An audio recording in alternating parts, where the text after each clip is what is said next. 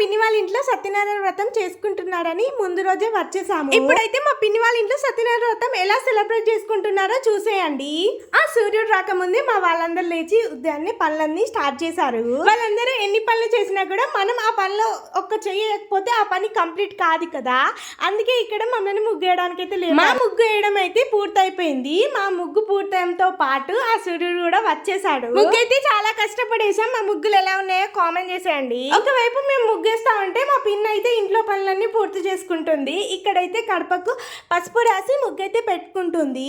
ఇలా మనిషికి పని చేయడం వల్ల ఇంట్లో పనులు చక్కచక్క కంప్లీట్ అయిపోయాయి. ఎన్ని పనులు అయిపోయినా కూడా ఖచ్చితంగా స్నానం చేయండి అయితే ఆ పని కంప్లీట్ కాదు కదా. అందుకే ఇక్కడ చాలా మంది ఉన్నారని పొయ్యంటూ పెట్టి నీళ్ళైతే కాగపెట్టింది. మీలో ఇలా పొయ్యి కడ కూర్చొని చలి కాగడం అంటే ఇష్టం. ఇది వచ్చేసి సత్యనారాయణ వ్రతం రోజు పార్ట్ 1 అన్నమాట. ఇలాంటి మరిన్ని వీడియోస్ కోసం ప్లీజ్ సబ్స్క్రైబ్ చేసుకోండి.